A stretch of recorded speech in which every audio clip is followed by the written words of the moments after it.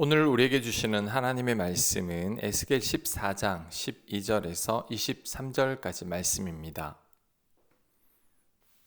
12절 여호와의 말씀이 또 내게 임하여 이르시되 인자야 가령 어떤 나라가 불법을 행하여 내게 범죄함으로 내가 손을 그 위에 펴서 그 의지하는 양식을 끊어 기근을 내려 사람과 짐승을 그 나라에서 끊는다 하자. 비록 노아, 다니엘, 욥 이 세 사람이 거기에 있을지라도 그들은 자기의 공의로 자기의 생명만 건지리라. 나주 여호와의 말이니라. 가령 내가 사나운 짐승을 그 땅에 다니게 하여 그 땅을 황폐하게 하며 사람이 그 짐승 때문에 능히 다니지 못하게 한다 하자. 비록 이 세 사람이 거기 있을지라도 나의 삶을 두고 맹세하노니 그들도 자녀는 건지지 못하고 자기만 건지겠고 그 땅은 황폐하리라. 주 여호와의 말씀이니라. 가령 내가 칼이 그 땅에 임하게 하고 명령하기를 칼아 그 땅에 돌아다니라 하고 내가 사람과 짐승을 거기에서 끊는다 하자. 비록 이 세 사람이 거기에 있을지라도 나의 삶을 두고 맹세하노니 그들도 자녀는 건지지 못하고 자기만 건지리라. 나 주 여호와의 말이니라. 가령 내가 그 땅에 전염병을 내려 죽임으로 내 분노를 그 위에 쏟아 사람과 짐승을 거기에서 끊는다 하자. 비록 노아, 다니엘, 욥이 거기에 있을지라도 나의 삶을 두고 맹세하노니 그들도 자녀는 건지지 못하고 자기의 공의로 자기의 생명만 건지리라. 주 여호와의 말씀이니라. 아멘. 하나님께서 이스라엘을 심판하실 때 그곳에 노아, 다니엘, 욥과 같은 의로운 사람들이 있을지라도 그 심판을 막지 못한다고 합니다. 기근과 사나운 짐승과 칼과 전염병으로 이스라엘을 심판하실 때에도 의인인 노아, 다니엘, 욥은 심판을 막을 수 없다고 합니다. 심지어 의인들이 자신의 자녀의 멸망도 막지 못한다고 합니다. 하나님의 철저한 심판이 시작된다는 거죠. 21절 주 여호와께서 이같이 이르시되 내가 나의 네 가지 중한 벌 곧 칼과 기근과 사나운 짐승과 전염병을 예루살렘에 함께 내려 사람과 짐승을 그 중에서 끊으리니 그 해가 더욱 심하지 아니하겠느냐. 그러나 그 가운데 피하는 자가 남아 있어 끌려 나오리니 곧 자녀들이라. 그들이 너희에게로 나오리니 너희가 그 행동과 소행을 보면 내가 예루살렘에 내린 재앙 곧 그 내린 모든 일에 대하여 너희가 위로를 받을 것이라.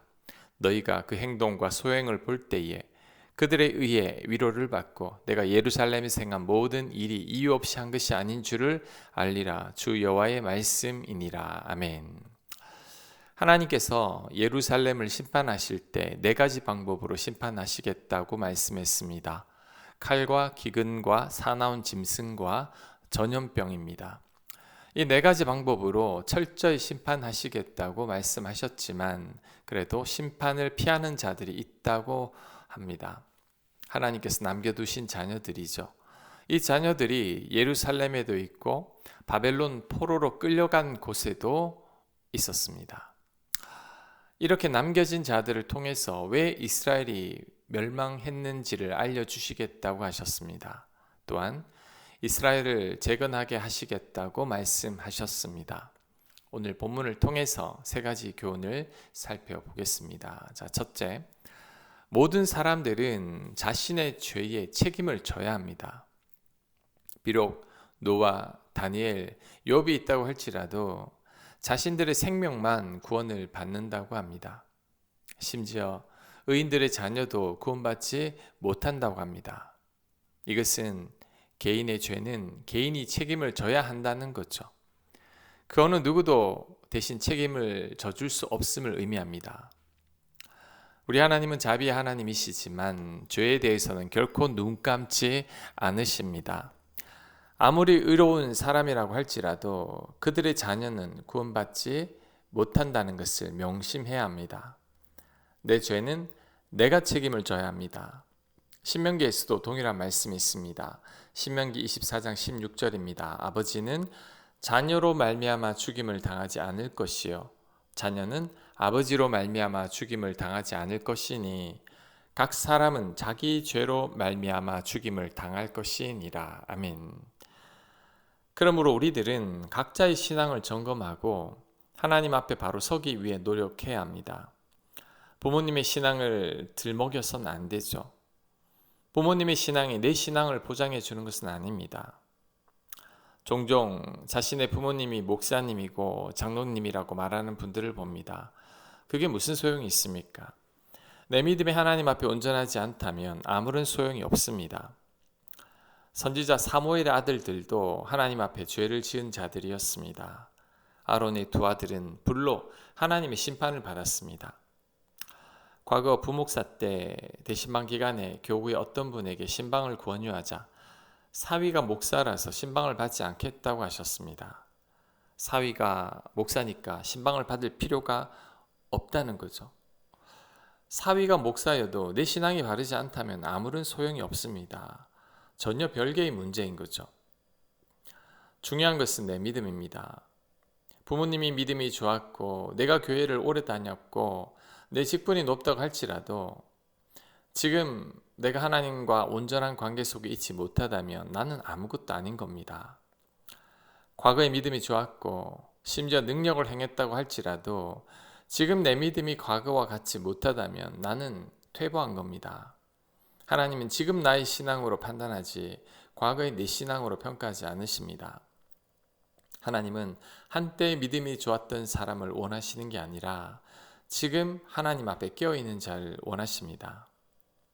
바울은 자신이 복음을 열방에 전한 후에 하나님께 버림받을까봐 두렵다고 고백했습니다. 고린도전서 9장 27절 말씀입니다. 내가 내 몸을 쳐 복종하게 함은 내가 남에게 전파한 후에 자신이 도리어 버림을 받을까 두려워함이라. 아멘. 자, 우리들도 이렇게 겸손한 마음으로 살아가야 합니다. 더 이상 과거의 내 신앙이나 가족들의 신앙을 거론하지 말아야 할 것입니다. 자, 두 번째, 예수님께서 우리 죄를 책임지셨습니다. 의인 노아, 다니엘, 욥은 자기 자신밖에 구원하지 못했지만 예수님은 모든 인류를 구원하셨습니다. 이렇게 인류를 구원하실 수 있는 근거는 예수님께서 직접 인간의 모든 죄를 대신 지셨기 때문이죠. 우리가 받아야 할 모든 벌과 저주를 예수님께서 대신 받으셨습니다. 이사야 53장 5절입니다. 그가 찔림은 우리의 허물 때문이요 그가 상함은 우리의 죄악 때문이라. 아멘. 우리 죄 때문에 예수님께서 창에 찔리셨고 채찍에 맞으셨고 십자가에 못 박히셨습니다. 우리 대신 가장 비참한 벌을 받으시고 결국은 십자가에서 죽으신 거죠. 그 덕에 우리가 구원을 받고 하나님의 자녀가 되었습니다. 우리가 구약시대를 살았다면 어느 누구도 구원받지 못했을 겁니다. 우리 가운데는 의인인 노아, 다니엘, 욥과 같은 사람이 없기 때문이죠.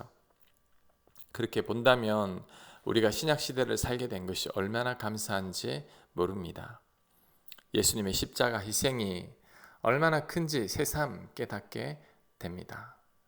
자, 마지막 주는 교훈은 심판 속에서도 소망이 있다는 것입니다. 하나님의 심판의 메시지 가운데도 한 가닥 소망을 남겨두셨습니다. 바로 피하는 자가 남아있기 때문이죠. 심판의 와중에서도 일부 자녀들은 심판을 면했습니다. 이들이 예루살렘에 거주했고 바벨론으로 가게 됐습니다. 이들을 통해서 이스라엘 백성들은 자신들이 하나님 앞에 얼마나 큰 죄를 범했는지를 알게 된다고 합니다. 또한 이스라엘이 재건되는 것을 보게 될 것이라고 합니다. 우리를 향한 하나님의 뜻은 재앙이 아니라 평안입니다. 하나님의 목적은 우리를 향한 심판이 아니라 우리의 회복입니다. 징계의 매를 드는 것은 사랑하기 때문이고 다시 회복하기를 원하시기 때문입니다. 혹 지금 고난이나 환난을 만났다면 하나님의 뜻은 심판이 아니라 회복이라는 말씀을 명심해야 합니다. 가정의 어려움, 건강의 위기, 그리고 나 자신의 문제 가운데 우리는 기억해야 합니다. 하나님께서 남겨진 자들을 통해 소망을 주셨듯이 우리에게도 소망을 주신다는 겁니다. 우리를 향하신 하나님의 뜻은 평안입니다. 내가 이전보다 더 잘 되기를 원하십니다. 내가 정금과 같은 믿음의 사람이 되기를 원하십니다. 그래서 내가 하나님과 더 친밀해지고 오직 하나님 한 분으로 만족하는 사람이 되기를 원하십니다.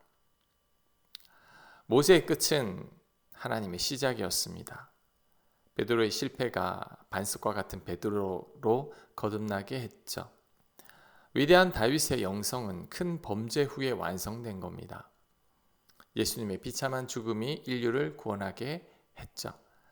그러니 이스라엘에 남겨진 자들을 통해 우리는 소망을 가져야 합니다. 낙심을 거절하고 절망과 우울한 생각을 물리쳐야 합니다. 심판 속에서도 소망이 있습니다. 다 끝난 것 같은 상황 속에서도 하나님은 역사하십니다. 아멘. 하나님, 심판 속에서도 소망이 있다는 사실이 얼마나 감사한지 모릅니다. 하나님, 하나님의 징계 속에서도 소망을 갖는 저희가 되게 하여 주시옵소서.